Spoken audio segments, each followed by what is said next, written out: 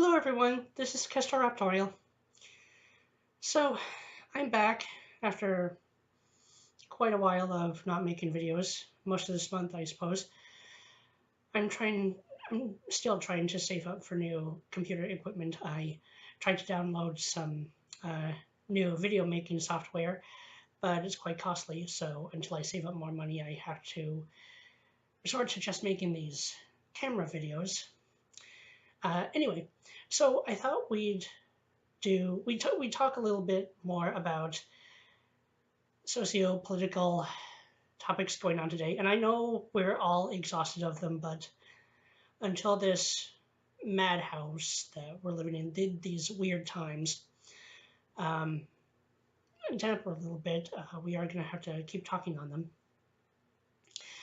So, watching the Ben Shapiro show, as I've been doing for a few days straight now, as well as Stefan Molyneux' videos. These are the two sources I mostly get news and philosophical and sociological information from the Daily Wire and Freedom Main Radio. And they go pretty well together. You can kind of mix and match credibility and I think advice on how to view different topics watching those two different outlets. They're both very good, both far better researched and better reasoned than any of the mainstream media, even the more conservative outlets such as Fox and MSNBC. But it does seem like the Mueller investigation is coming to a close. I'm not sure that the final report has come out yet. It's almost out. It's just a short matter of time if it's not already out. And it's already been stated that there will be no more indictments of Trump or anyone in his administration. The investigation is almost closed, and really nothing has been found. There's a couple people who um, made a couple of very minor, small potatoes breaches in comparison to this gigantic, clear-cut Russia collusion, which the Democrats promised their base would come out and Trump would be kicked out of the presidency. That is not going to happen. And so I think it's going to make the Democrats really pissed off. The conservatives kind of relieved, although we certainly have a lot to be worried about with all the socialist Democrat candidates rising, although they're also fighting amongst themselves. I don't know how that's going to play out. We're still more than a year away. Conservatives right now have to not get cocky, have to really find a new foundation for their worldview. I think the time is ending where we can just get behind Trump no matter what he does. A lot of us weren't already doing that, although as president, he's not been that bad. I do wish he would not be so much of a pushover in signing all these 1,200-page omnibus bills. He should have put a stop to that if he could have.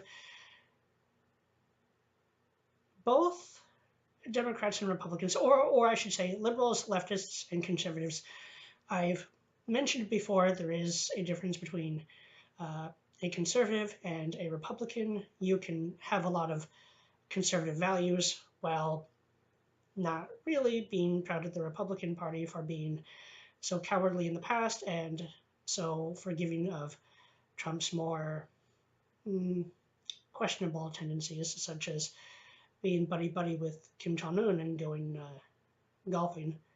I've always found golf to be really boring anyway, but not everyone does. But plenty of people very much enjoy it. That's not really the point, but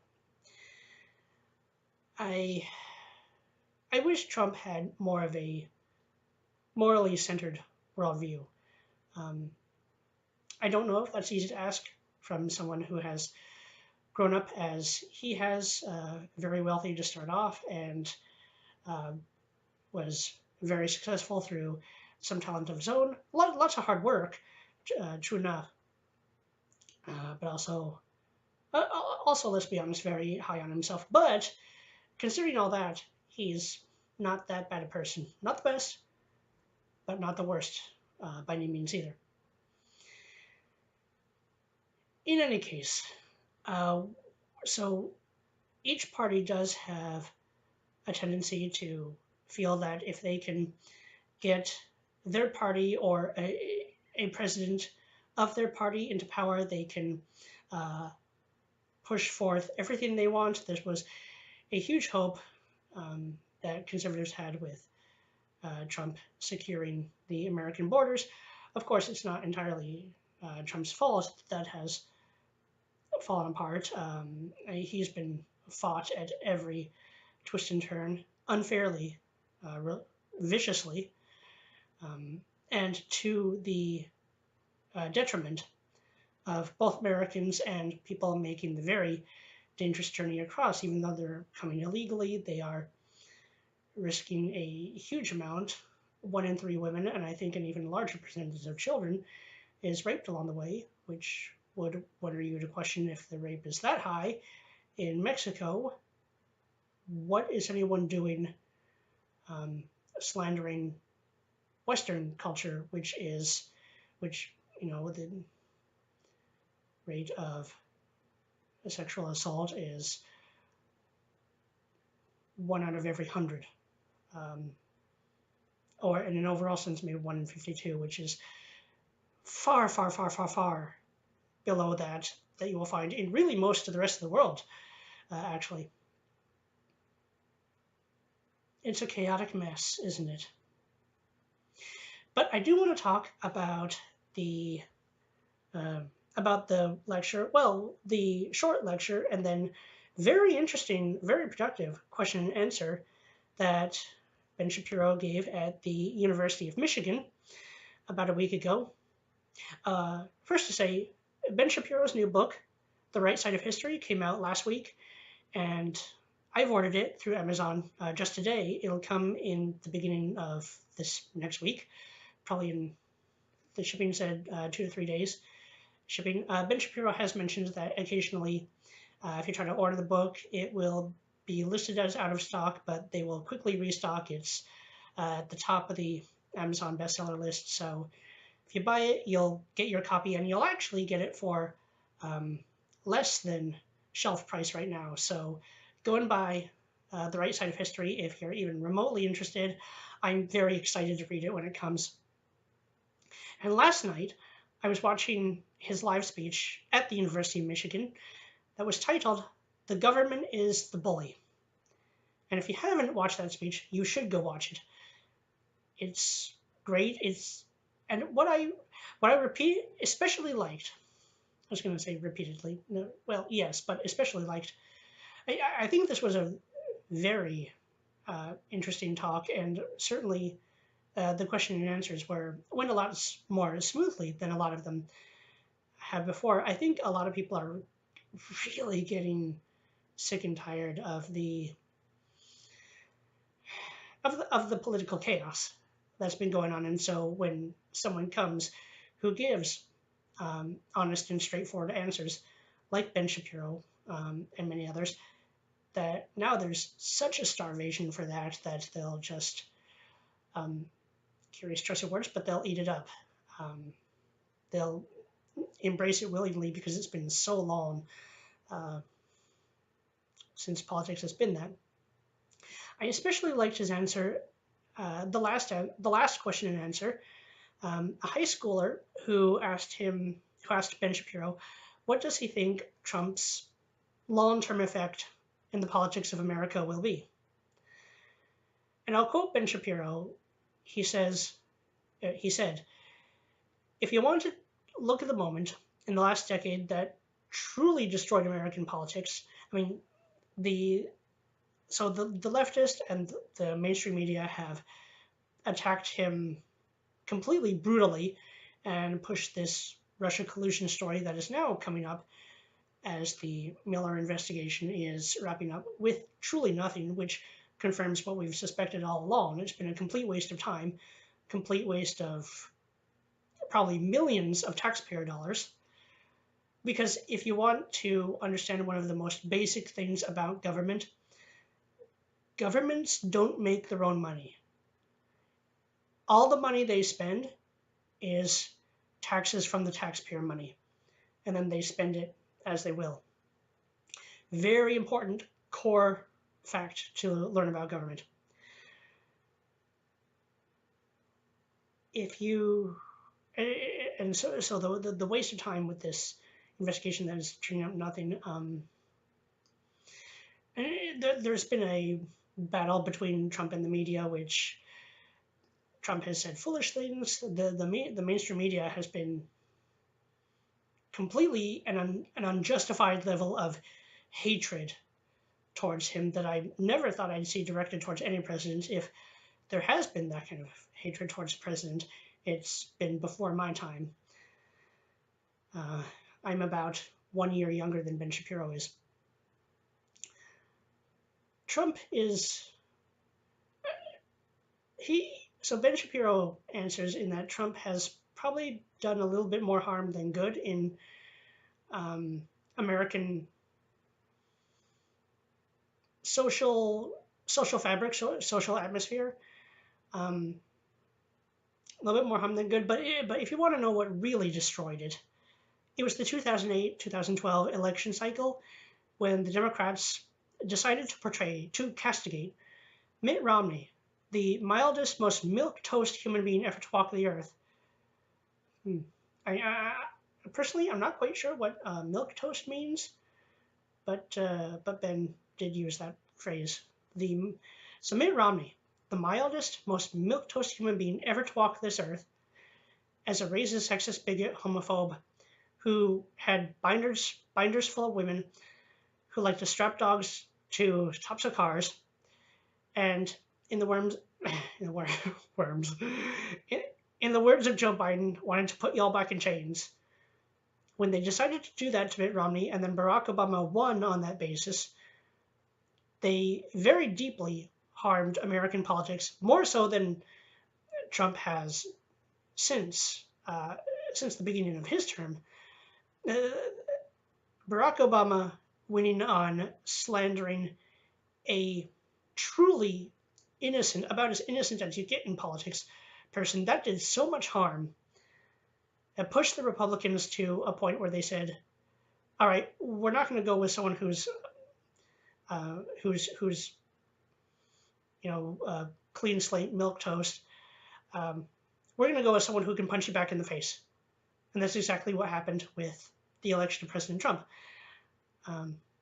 He then says that the punching in the mouth, I guess verbally and through just trying to play the Rock'em Sock'em Robots game with the other party, that there will probably come a point where we're all so punched out that we'll be able to go back to, okay, can we please have politicians that